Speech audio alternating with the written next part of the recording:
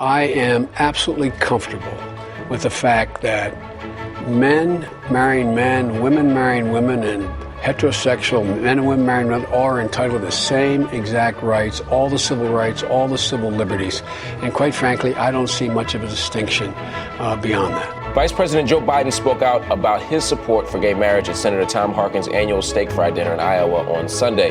Addressing the crowd in true Joe Biden style, he said after a while, he just couldn't keep his mouth shut. Did he jump the gun a little bit here? He probably got out a little bit over his skis. I am never going to blame anybody for telling what they believe.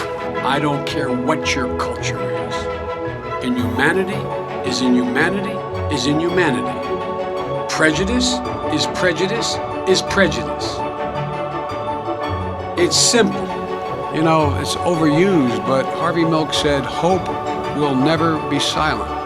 And as long as I have a breath in me, I will not be satisfied till everyone in the lesbian, gay, bisexual, transgender community is afforded the dignity, the freedom, and the equality that my father spoke so clearly. I come out of the civil rights movement, and there's not a way in God's green earth that I could sit there and be asked a question about the civil rights issue of our day and remain silent. It would have made a lie of who I am. Will Joe be Joe today? I make no apologies whatsoever. None. None.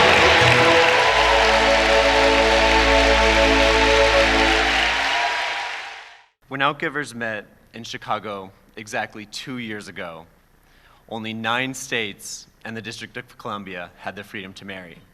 Just 9 states 2 years ago. Today, we stand at 37.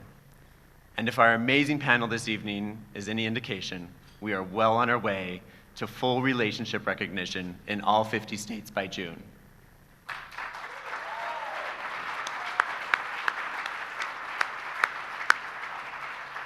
There are so many of you in this room that made this possible. It would be difficult to name you all and thank you all appropriately without making my introductory speech longer than it needs to be. But no, you've all played a huge part in our successes to date. There happens to be someone else in this room who has played a huge role in our success, and I'm delighted to introduce a true champion of the American people, and I do mean all American people, the Vice President of the United States, Joe Biden.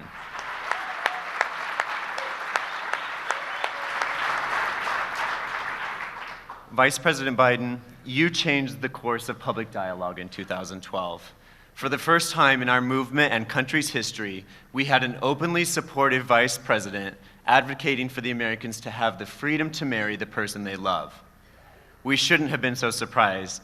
Since elected to the Senate at the age of 29, if I recall, you have been a wise, fierce, and honest advocate, a persuasive and persistent voice for the marginalized, a warrior for women's rights, and a true friend, ally, and agent of change for the LGBT community. In a time when our country's politics are overwhelmed by poll-driven rhetoric, it is refreshing that Joe Biden says what he feels from the depths of his soul.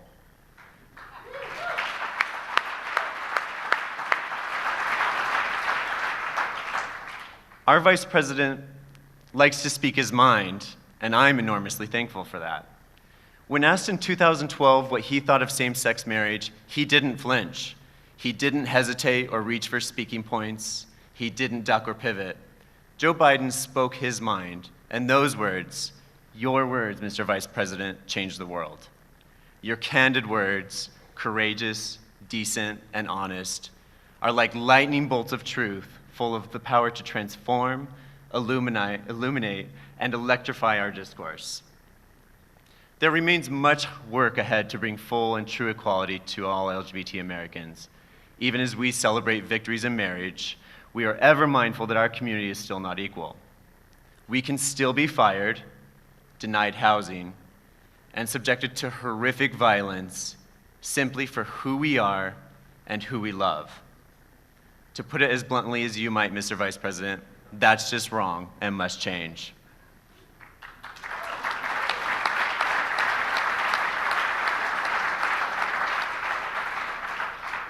Vice President Biden, we know that you will continue to be our champion as we fight to end discrimination in the LGBT community. We are certain that you will always be a strong and compassionate voice for all Americans who want nothing more than to be full and productive citizens of this great nation and live the American dream. Mr. Vice President, we are so honored to have you here today. We thank you for your leadership, and please keep speaking your mind.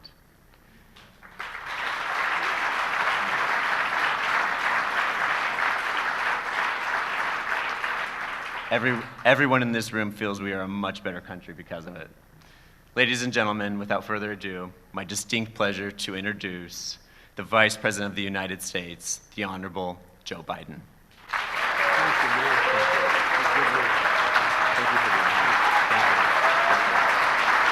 Thank you.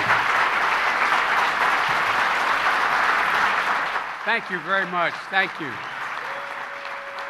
Thank you, Scott. Thank you. You know, one of the great things about being in the business I'm in, and I really mean it, is as you travel around the country, as you engage the issues of the day, you actually make friends for a lifetime.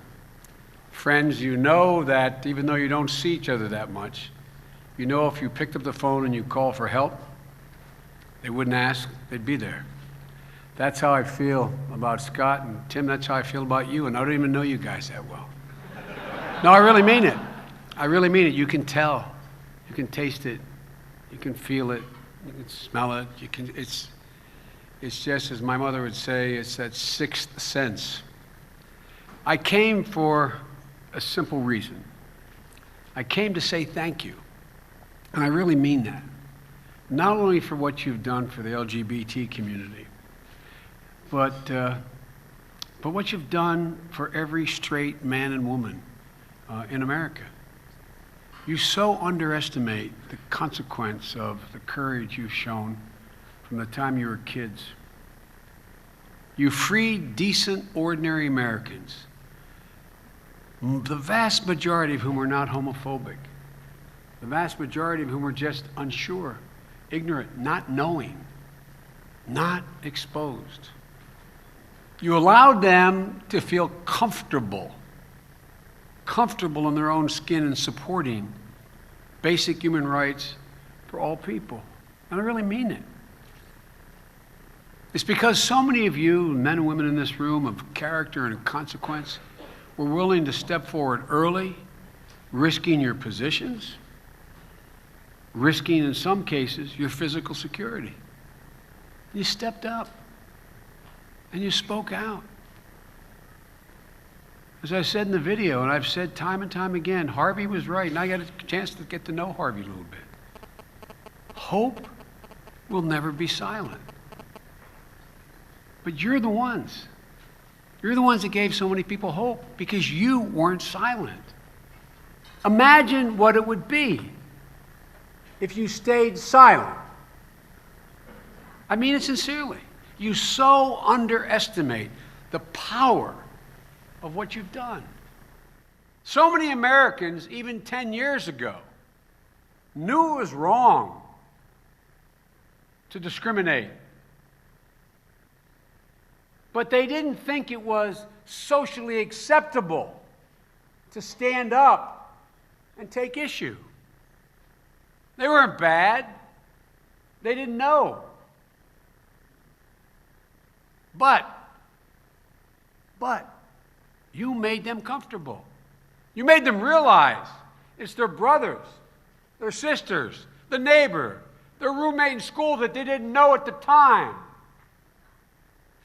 You changed it all. You're the ones that have changed the culture, and that's what's required, a fundamental cultural change. And it's happening. It's happening with real rapidity. I've been asked by many of you in this room, and my wife, as I speak, is down in Atlanta talking to the Human Rights Commission down there. She is my whole family, everybody, I'm always asked, well, you know, why did I speak out? Why did I have these views? I mean, what? It was real simple. Real simple. It's the way I was raised. I was raised by a decent, gentle man, a true gentleman, definition of which is never inflicting harm on anyone else, without a prejudiced bone in his body. He really did believe, my dad, he really did believe all God's children are entitled to be treated with dignity.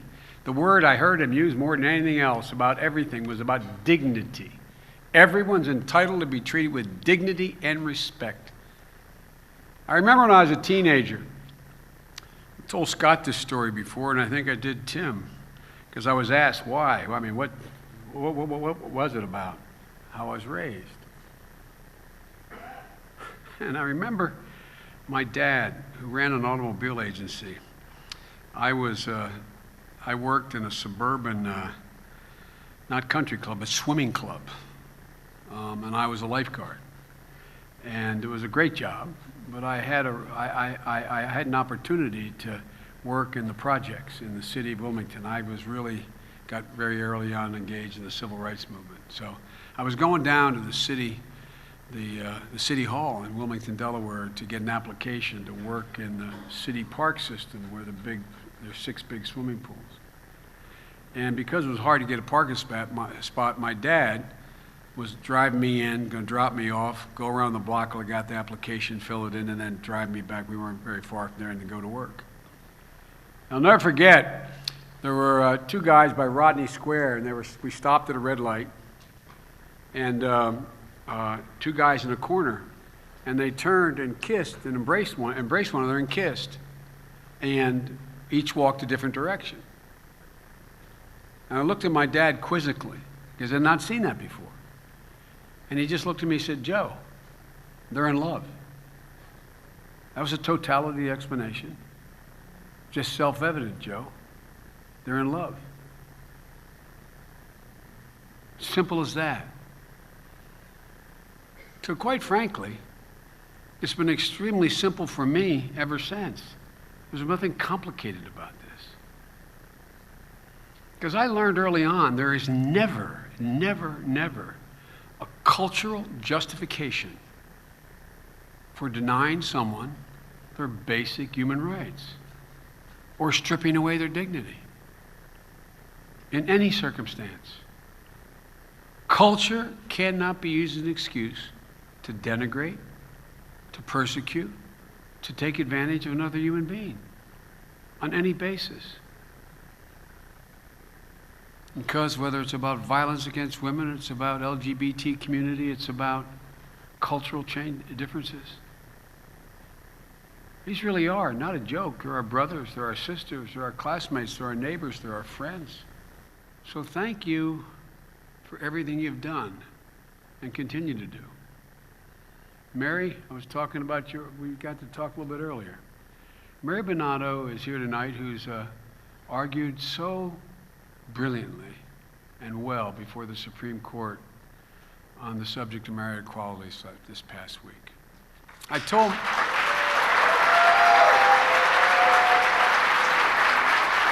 really, man. If the court decides and it's always a jinx as a former trial lawyer to predict what a court's going to do, so I'm not predicting there. But let me put it this way, if the court does the right thing,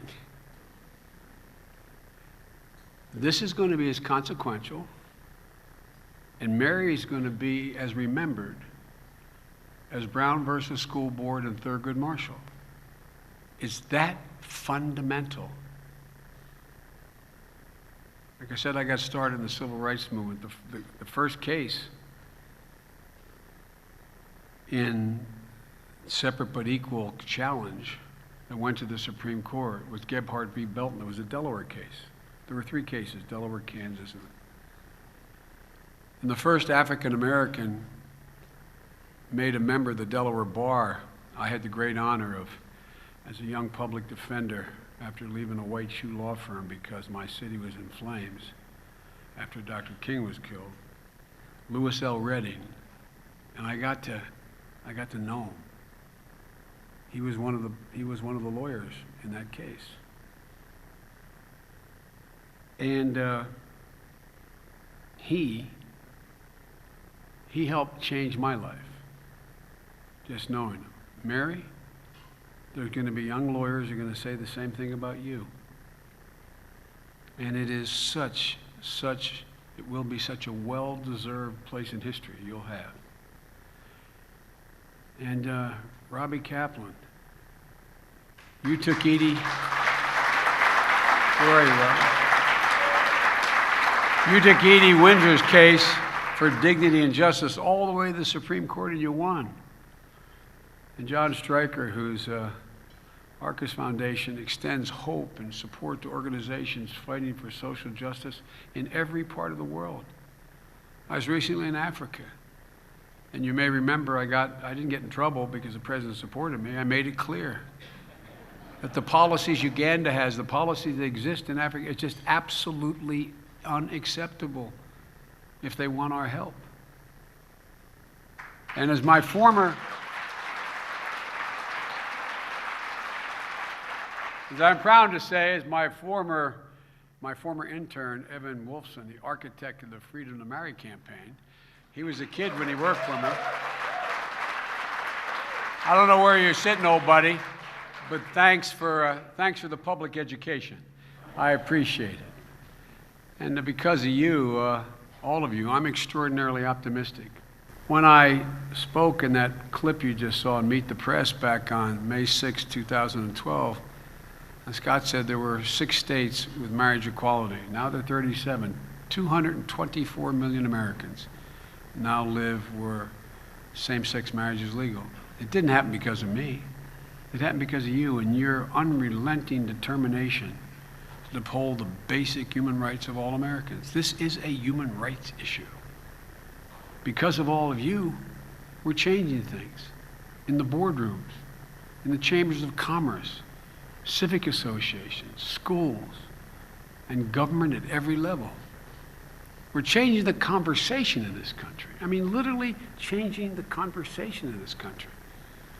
11 years ago, discrimination against same-sex couples was considered really good politics. So think about it, just 11 years ago. 11 states passed marriage bans on the same ballot that reelected George W. Bush. I'm not blaming him, I don't mean that. No, I really don't. But in that election, affirmatively passing bans because it was good politics. Even some of our friends on the other side of the aisle, they don't find it so appropriate these days. No, think about it. Think about how it's changed, because they're not at all reluctant to some occasionally demagogue these issues.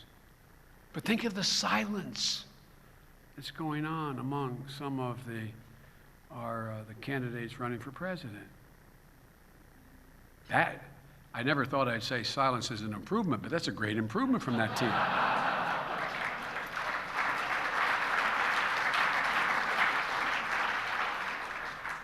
So you've changed the basic politics of this nation because of all of what you've done. Now, many of you, and by the way, the thing that's unusual about this group, Jill's speaking to the Human Rights Campaign. I've had the great honor of speaking to the Human Rights Campaign in Los Angeles and in Washington, and thousands upon thousands of people, but you're a different group, all extremely important. And I've said this to you before, my friend Mel from Philadelphia. You're all very exceptionally successful people. You're powerful people. And you've changed an aspect of this debate that didn't exist before, and public pressure alone would not change it. You've actually changed the way boardrooms respond. Many in the business community have been leading the charge against discriminatory laws.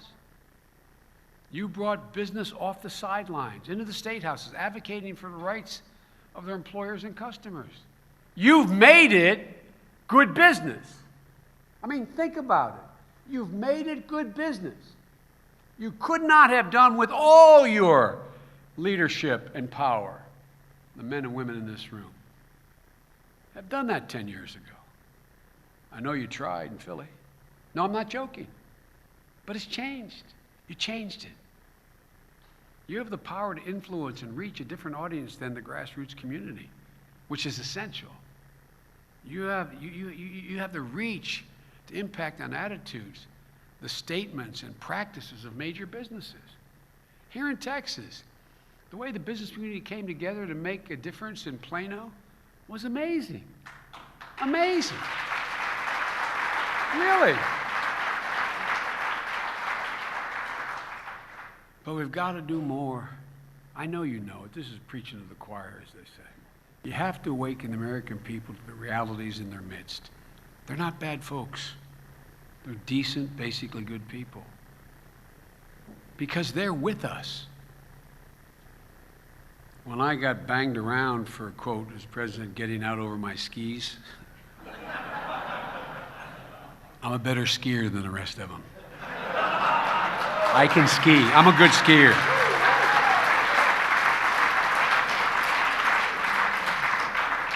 And by the way, he embraced it. When I saw him Monday after meeting the press, I walked into the Oval and he just started laughing. He said, "You told me. You told me you weren't going to change your brand or wear funny hats. I love you for it." He really did. I mean, he just totally embraced it. Not everybody was as happy, I might add. But for example, think about this. Right now, and by the way, I made a bet then. I made a bet inside the White House that by the end of the week, the polls would show the American people were with me. I believed it. I never doubted it. And they were. Even then, it was 53, 54% right off the bat. But right now, think about this. We're trying to fight for ENDA. It's been an ongoing struggle. But right now, the polls show 9 out of 10 Americans think that it's illegal anywhere in America to fire someone just for being a lesbian, gay, bisexual, or transgender. 9 out of 10 Americans think that is already illegal. They think that. But in many places in this country, as you all well know, it is not illegal at all. It shocks the conscience that at this moment in American history, in 28 states, including right here, by the way, where 7% of the LGBT population resides in Texas, over 600,000 people, Americans are denied the basic dignity of work because of who they are, who they love. We've got to pass federal non-discrimination legislation. There's a lot more we need to do. But first of all, we have to do, and you're able to do it, and I keep talking about it, but you're more important, and I mean that sincerely. We got to let American people know what the law is. 9 out of 10 think, in effect, that ENDA is already the law. They don't know ENDA from SENDA. Nor should they. They're busting their neck just to put meat and potatoes on a plate, send their kids to school, and live in a safe neighborhood. So there's still a lot of people who need our protection. I know you know this. We live in a country where 15,000 LGBT youth are homeless, largely because their families wouldn't accept who they were. Nearly 1 in 5 transgender people have been homeless at some point in their lives, kicked out or refused housing because of their identity.